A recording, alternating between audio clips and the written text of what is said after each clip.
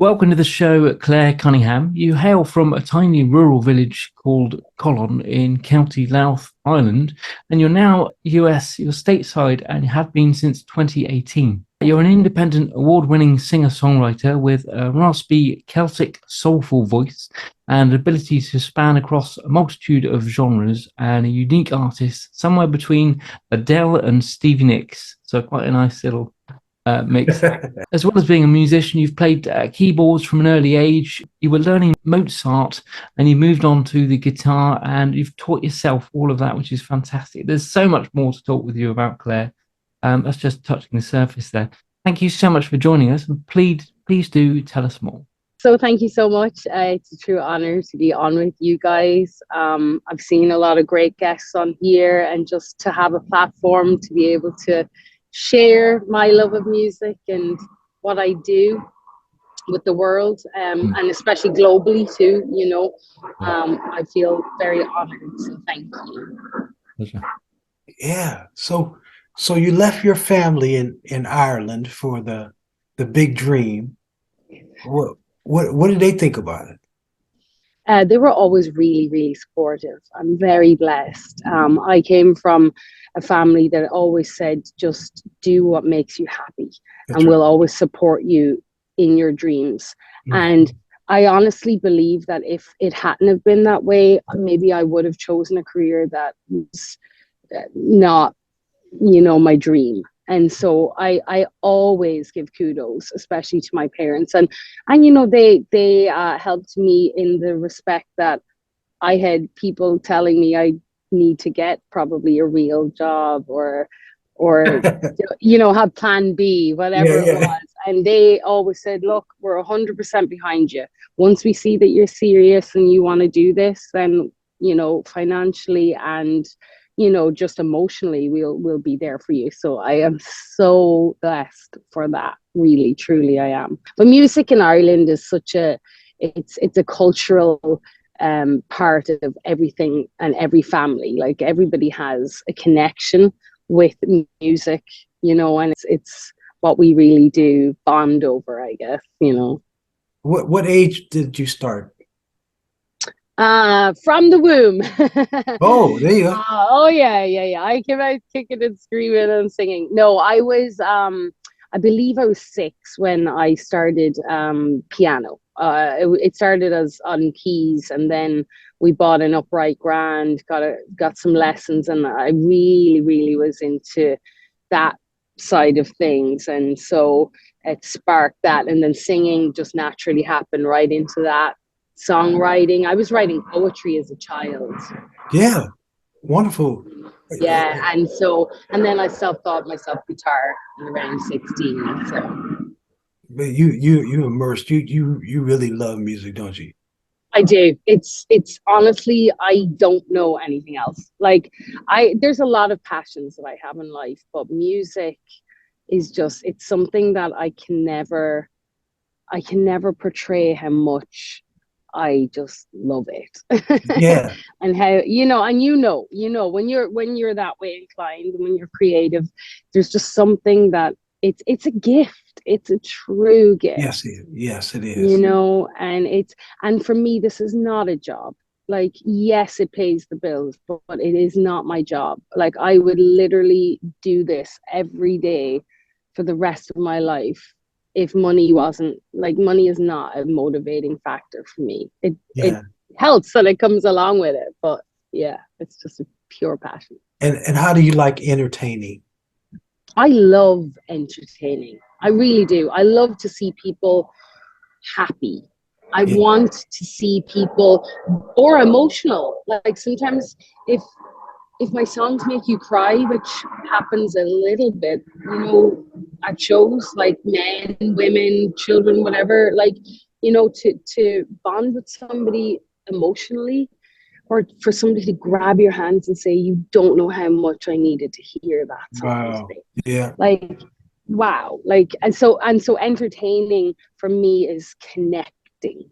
Like, it's not about me getting up on stage singing what I want and what fuels me. It's about truly reading my audience, and seeing who's in front of me, and listening to the spirit that comes through me, because that's what I do.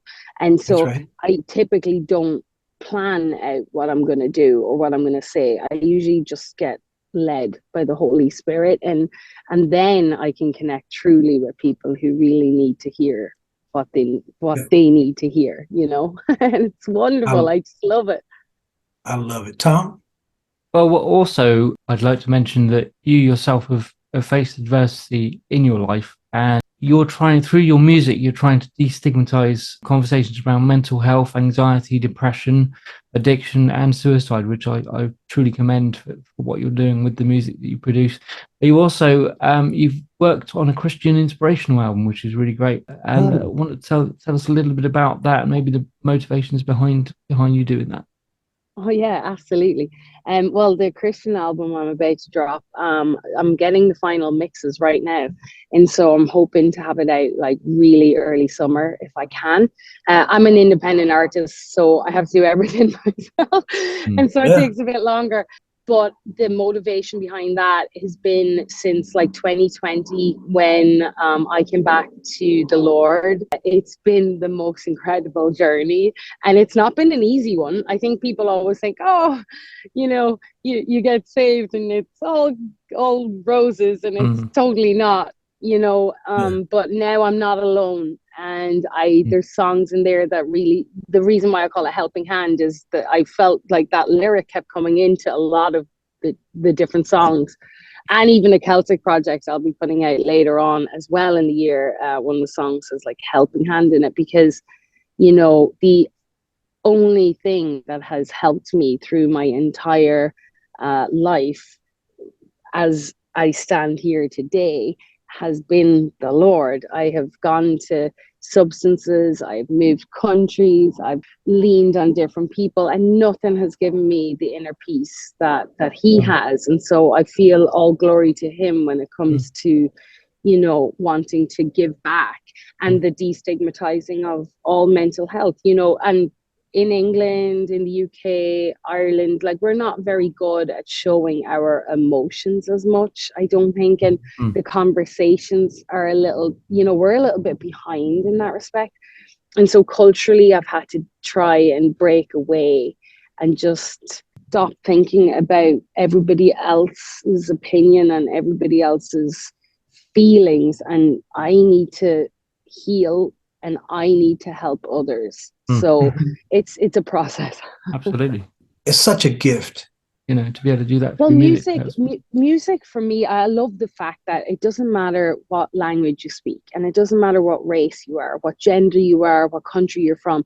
It's the one communicative skill that we can use to interact with people. It's so beautiful that somebody from a completely different culture, background, even language, can connect with you through a song. And that, it literally gives me the chills as I say it. It's something that not everybody has either. Like, not everybody is born with music or with these kind of platforms. And so I think it's our duty to be able to use that gift, to be able to throw in all the emotion that you need to, and then pay forward. And that's what I love about it. And no matter, like, even us, like, we need help sometimes, don't we? And so what do you lean on sometimes? Like, you listen to a song and you can, it's almost like, wow, that's my story. That's they've got what I feel in writing or in music or whatever it is. And that's where people don't feel alone. When you are able to release something that then becomes their song, their story, they can connect and put their feelings into it. And that's where the key is, I think. Yeah. Now, you write social conscious music too. Tell them how you got inspired to do that. Again, just seeing the world for what it is. So Michael Jackson was one of my major, biggest influences growing up. Heal the World was a song that I connected with, like, when I was like a toddler. And I just always felt like we have to take what's going on in the world, sometimes the good and the bad, but the bad, and then turn it into something positive for people. and Mhm. give people something, a ray of hope, like a bit of light in these dark times. And it's not always a comfortable place to go. Not everybody wants to admit that there's issues or that there's problems happening.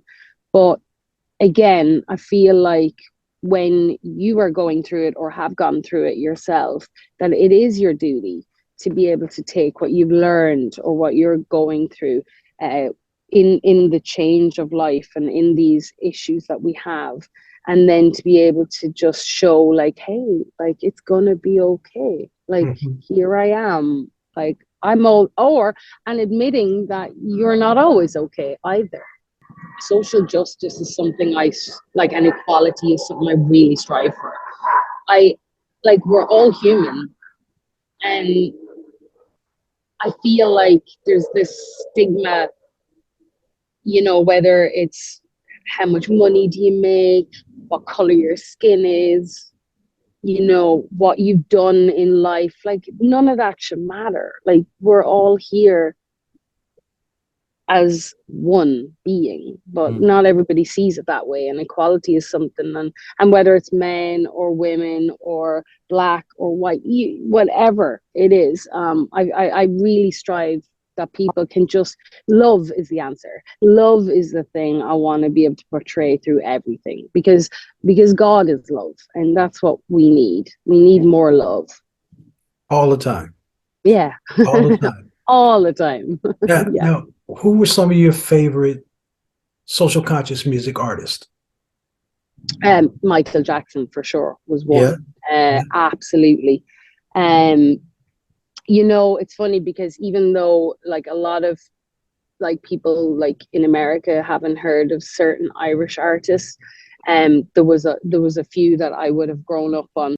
It's funny because she was my first cassette tape, but Alanis Morissette, she was talking about topics like that were not talked about like at that point of, back in whatever 1990, she was one that brought a lot of like the stigma behind like the equality of men and females and that kind of thing.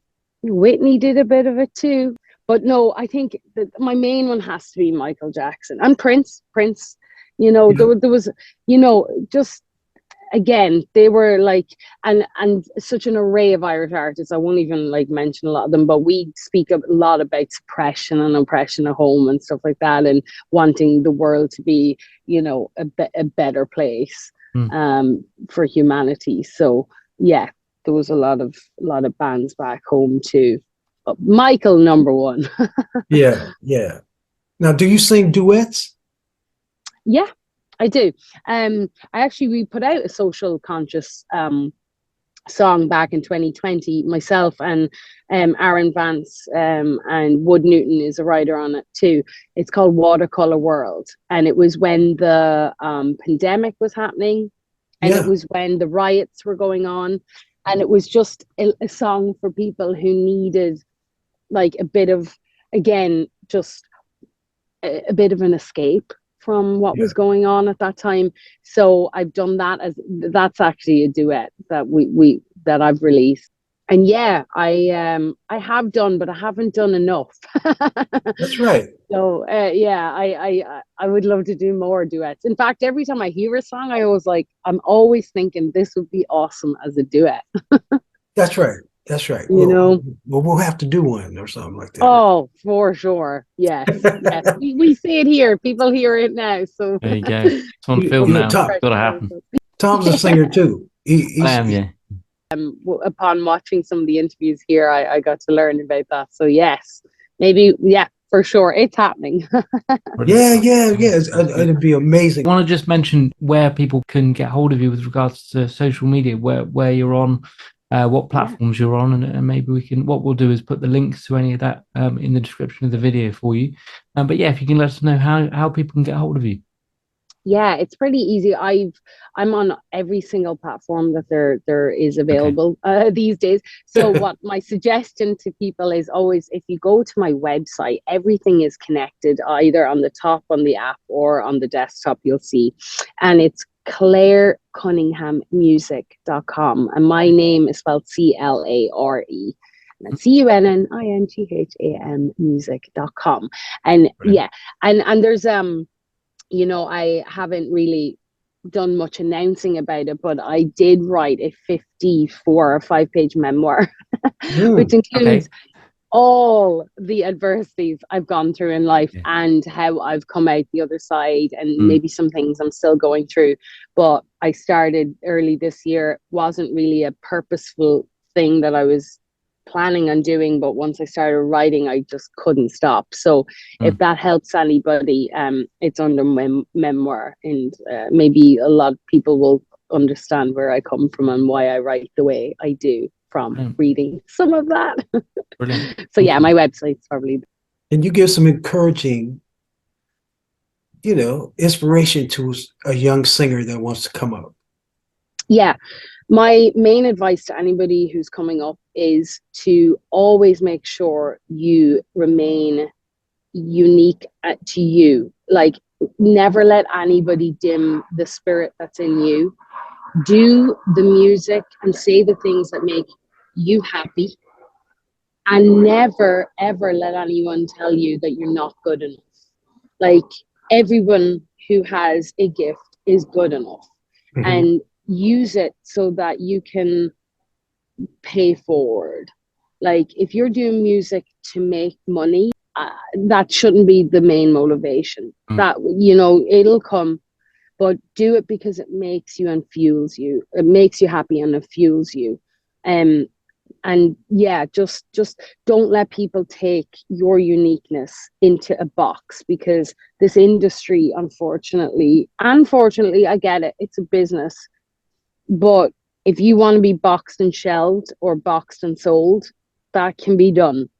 But you'll lose yourself in the process. And never, ever, ever, ever let anyone take you as a human or as a singer and make you into something that you do not believe in, because you're not going to be happy. And music should never be made when you're not happy.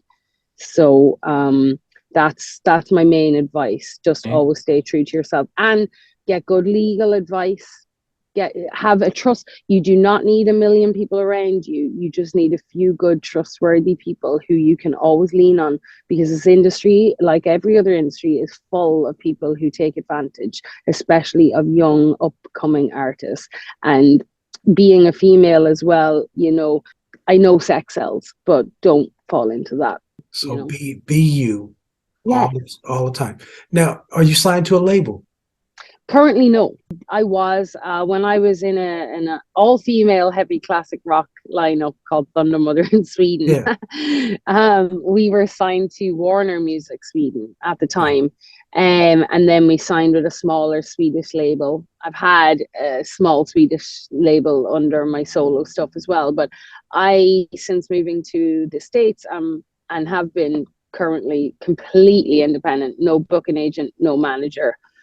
No anything. Everything people see, it all lays down on my head, and that is not just like, I really do need a team.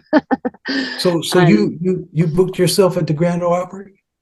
Yeah, like basically, I got offered that though through the Music City Irish Fest. Brenda Willis, she's awesome. So no, I didn't have anybody advocating for me, but I did get offered it because I am Irish, and it was a whole weekend, and it was to do with the Irish Music City Fest. So that was a blessing, and that really rarely happened. So when they had to like email with me, and they kept saying, send us your team need to do this, your team need to do that, we need this by your team. And I was like, you're talking to the team, it's me. And they were like, what?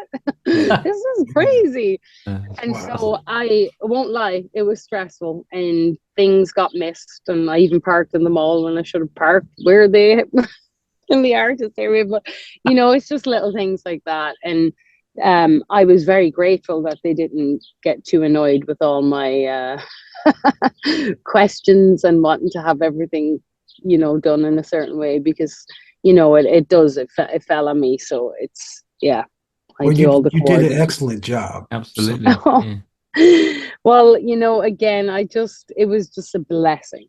And I can't take any credit for anything rather than just all glory to me getting such a platform and just to be able to share something cultural too, you know, with people. And I don't take anything for granted. And they loved it. For sure.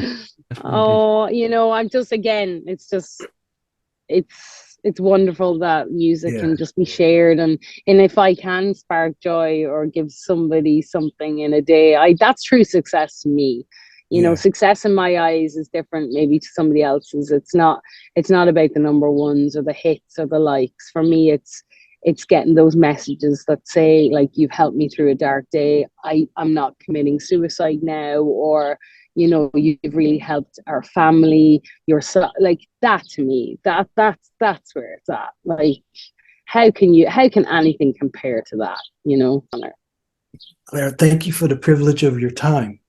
Thanks for joining us, Claire. Thank you guys for the time. Thank you for these platforms.